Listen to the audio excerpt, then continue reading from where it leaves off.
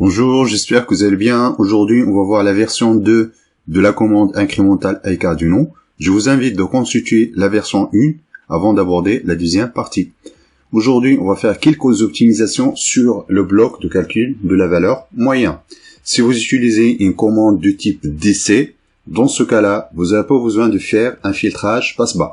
L'objectif de faire le filtrage passe-bas, c'est juste d'extraire la valeur moyen. Si vous avez par exemple un convertisseur AC-DC, DC-AC, etc., dans ce cas-là, la commande est souvent PWM, également la sortie. Dans ce cas, vous avez deux possibilités, soit d'utiliser un filtre passe-bas externe de type RC pour obtenir une valeur moyenne comprise entre 0 et 5 volts, ou bien d'utiliser un filtrage numérique passe-bas de type filtre moyenneur, filtre FIR, etc. La version 2 intègre une petite optimisation dans la partie filtrage passe-bas. L'idée consiste de stocker toutes les valeurs moyennes précédentes dans un tableau. Ensuite, la valeur moyenne actuelle sera calculée en fonction des valeurs moyennes précédentes et l'entrée analogique actuelle à 0. On va passer maintenant au code. On se retrouve dans la partie programme. On va intégrer quelques paramètres. Nous allons également changer les noms du paramètre. La sortie PWM sera branchée dans le pin 9. L'entrée, le retour, le signal de retour sera branché dans le pin A0. On a notre consigne ici en volts, donc ça varie entre 0 et 5 volts. Ici, on a le nombre d'échantillons pour calculer la valeur moyenne initiale. Autrement dit, cette valeur moyenne sera calculée uniquement dans la boucle setup. Le in moyen, c'est un tableau qui va contenir les valeurs moyennes précédentes. Ça se trouve dans la boucle principale loop. Ici, on a le epsilon. Dans la vidéo précédente, on l'appelle step. Normalement, c'est l'epsilon.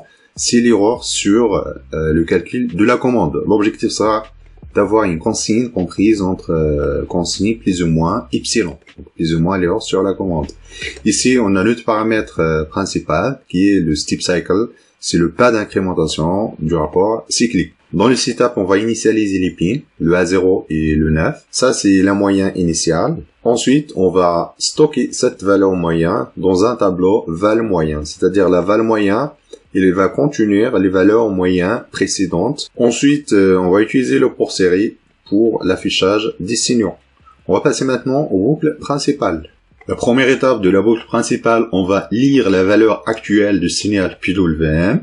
On vote.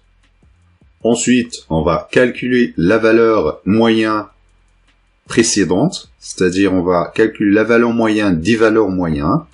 Donc cette valeur moyenne-là sera stockée dans la variable vfil. Donc il faut faire attention, ce tableau-là, il contient les valeurs moyennes précédentes. Voilà, donc c'est ça la petite astuce qu'on va intégrer dans le programme. C'est la valeur moyenne actuelle, c'est la valeur moyenne des valeurs moyennes précédentes, plus le signal actuel divisé par 2. Ensuite ici, on va incrémenter l'indice i. Donc ça permet d'avoir un indice i qui varie de 0 jusqu'à une moyenne, moins 1. Ça nous évite d'utiliser l'instruction if. Donc concernant la mise à jour de la commande, c'est exactement pareil que la version 1. On va appliquer la sortie out PWM à la sortie out. Voilà. Concernant l'affichage, donc l'affichage c'est identique à la version précédente. On va afficher le signal d'entrée, la consigne, le signal filtré et la mise à jour de signal PWM qui est la commande. Donc ce qu'on va faire, on va afficher également la sortie PWM dans l'oscilloscope. Voilà, on va réinitialiser la carte. Donc ici c'est la sortie PWM vue par l'oscilloscope. Ici c'est le rapport cyclique. Ici, c'est les signaux vus par la carte Arduino. Donc là, ça c'est normal, on ne capte pas le 100% du signal PWM. Donc là, on voit que notre signal il est en train de monter. Donc là, on commence par 0, on va commencer par le 180. Donc là, on va commencer par un epsilon qui est 0,1. Voilà, là qu'on voit ici, donc là, le signal PWM, il monte. Jusqu'à l'obtention de la consigne. Dès qu'on atteint la consigne, donc le signal PWM reste stabilisé. Par exemple, ici, si on met 2,5, donc là, on va voir un signal carré. Le signal PWM vu par réel, donc il est plus stable par rapport à ici, parce qu'ici, on fait des acquisitions. Et le moment où on capte le signal PWM, il est différent par itération. Donc là, on va compiler notre programme. Voilà, donc là, on va monter jusqu'à 50%. Donc là, on a un signal quasiment égal à un signal carré.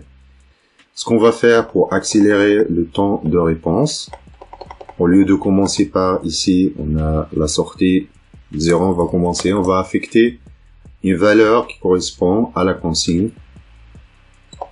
durant l'initialisation. Ça va nous permettre d'avoir un signal PWM égal à la consigne au début. Ensuite, il doit y avoir la boucle d'asservissement au moment de la variation de la charge. Voilà, donc ici on a un signal PWM. Donc on a un signal qui est bien stabilisé. Donc là, normalement, la charge, lorsqu'on applique ce signal à la charge, donc la charge va avoir une valeur moyenne qui est quasiment constante malgré la variation ici par le programme. Parce que ici, on va afficher les valeurs par chaque itération. Donc là, la commande est beaucoup plus rapide. Donc on va passer à 10-2. Donc quand il y a des ondulations de la tension, on va le voir ici. Donc on va voir des ondulations sur le rapport cyclique.